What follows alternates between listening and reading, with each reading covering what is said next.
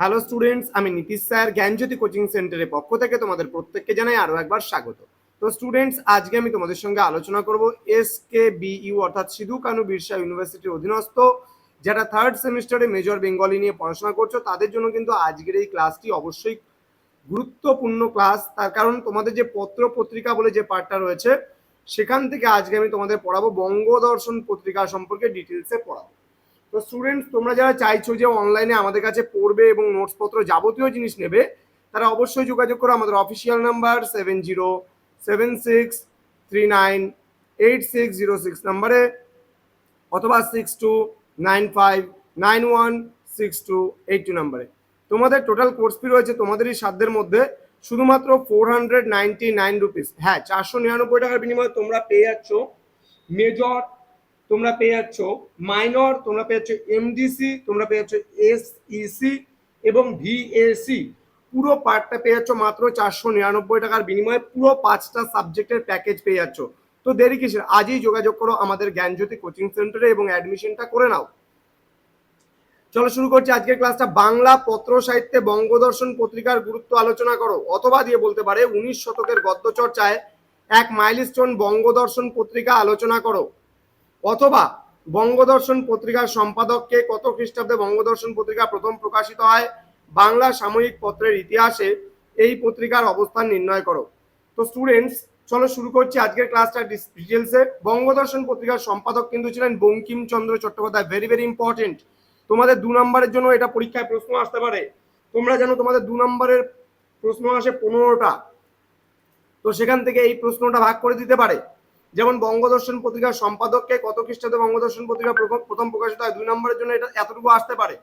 কিন্তু আমি কিন্তু আজকের এই যে টপিকটা তোমাদের পড়াচ্ছি 5 নম্বরের জন্য খুব ভালো করে দেখবে, ঠিক আছে? ডিটেলসে আমি আলোচনা করব আজকের ক্লাসটিতে। তো যারা এখনো অ্যাডমিশন নিতে যাচ্ছ তাড়াতাড়ি অ্যাডমিশনটা নিয়ে নাও। নেক্সট বলেছে বঙ্কিমচন্দ্রের সম্পাদনায় বঙ্গদর্শন পত্রিকা 1872 খ্রিস্টাব্দে প্রথম প্রকাশিত হয়। ওকে, কি বলছে, বাংলা সাময়িক পত্রের ইতিহাসে একটি গুরুত্বপূর্ণ পত্রিকা বঙ্কিমচন্দ্রের সম্পাদনায় প্রকাশিত হয়েছিল বঙ্গদর্শন। 19 শতকের দ্বিতীয় অর্ধে সাহিত্যের বিকাশ ঘটেছিল এই পত্রিকাকে কেন্দ্র করেই। এজন্যই রবীন্দ্রনাথ ঠাকুর লিখেছেন, পূর্বে কি ছিল এবং পরে কি পাইলাম, তাহা দুই কালের সন্ধিস্থলে দাঁড়াইয়া আমরা এক মুহূর্তেই অনুভব করিতে পারিলাম। কোথায় গেল সেই অন্ধকার, সেই একাকার, সেই সুপ্তি কোথায় গেল, সেই বিজয় বসন্ত, সেই গোলে গোলে বকাউলি, সেই বালক ভুলানো ছড়া, কোথা হইতে আসিল এত আলোক, এত আশা, এত সঙ্গীত, এত বৈচিত্র্য, কত কাব্য নাটক উপন্যাস, কত প্রবন্ধ, কত সমালোচনা, কত মাসিক পত্র, কত সংবাদপত্র বঙ্গভূমিকে জাগ্রত প্রভাত কলরবে মুখরিত করিয়া তুলিল, বঙ্গভাষা সহসা বাল্যকাল হইতে যৌবনে উপনীত হইল। দেখো পত্রিকার বিষয়বস্তুগুলো কত সুন্দর। ঔপন্যাসিক হিসেবে বঙ্কিমচন্দ্রের আবির্ভাব আগেই হয়েছে, কিন্তু দেশ, সমাজ জীবন, বঙ্গদেশ সম্পর্কে তার অনেক কিছু বলার আছে। এই জন্যই প্রকাশ করেছিলেন বঙ্গদর্শন পত্রিকা। দেশ জাতিকে দেখার এক আত্মদর্শন, বিষবৃক্ষ, কৃষ্ণকান্তের উইল, রজনী সহ একাধিক উপন্যাস ও প্রবন্ধ নিয়ে তিনি বাঙালি পাঠকের জন্য হাজির হলেন। বঙ্গদেশের কৃষক, সাম্য লিখে বঙ্কিম বাঙালিকে জাতীয়তাবোধে উদ্দীপিত করলেন। এই বঙ্গদর্শন পত্রিকাকে কেন্দ্র করেই বঙ্কিম প্রথম তুলনামূলক সমালোচনার সূত্রপাত করলেন। বাংলা ভাষাকে এক উচ্চ মহিমায় নিয়ে গেলেন। 19 শতকের দ্বিতীয়ার্ধকে যে অর্থে বঙ্কিম যুগ বলা হয় তার সূত্রপাত হয়েছিল বঙ্গদর্শন পত্রিকাকে কেন্দ্র করেই। বঙ্কিমচন্দ্র নিজেই লিখেছিলেন, বঙ্কিম বাবুর বঙ্গদর্শনের গুণে বাঙালি বাবু সুখ করিয়া বাংলা পড়িতে শিক্ষা করেন। বঙ্গদর্শনে বঙ্কিম শুধু নিজেই লেখক ছিলেন না, একদল লেখক গোষ্ঠী তৈরি করে নিয়েছিলেন।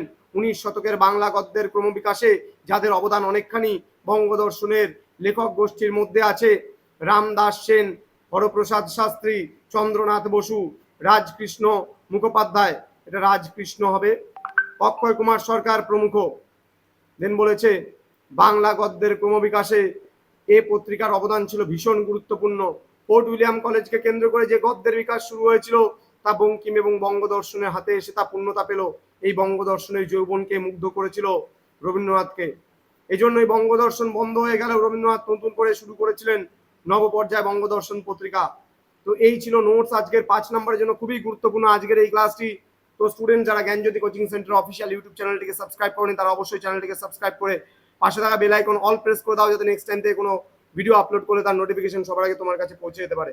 তোমাদের উজ্জ্বল ভবিষ্যৎ গড়ে তুলবো আমরা, এটাই আমাদের প্রতিশ্রুতি। দেখা হচ্ছে খুব তাড়াতাড়ি পরবর্তী ক্লাস নিয়ে, এবং অনলাইন যুক্ত হতে চাইলে অবশ্যই যোগাযোগ করো, আমাদের অফিসিয়াল নাম্বার দেওয়া আছে স্ক্রিনে। Thank you so much, thanks for watching after all, thank you.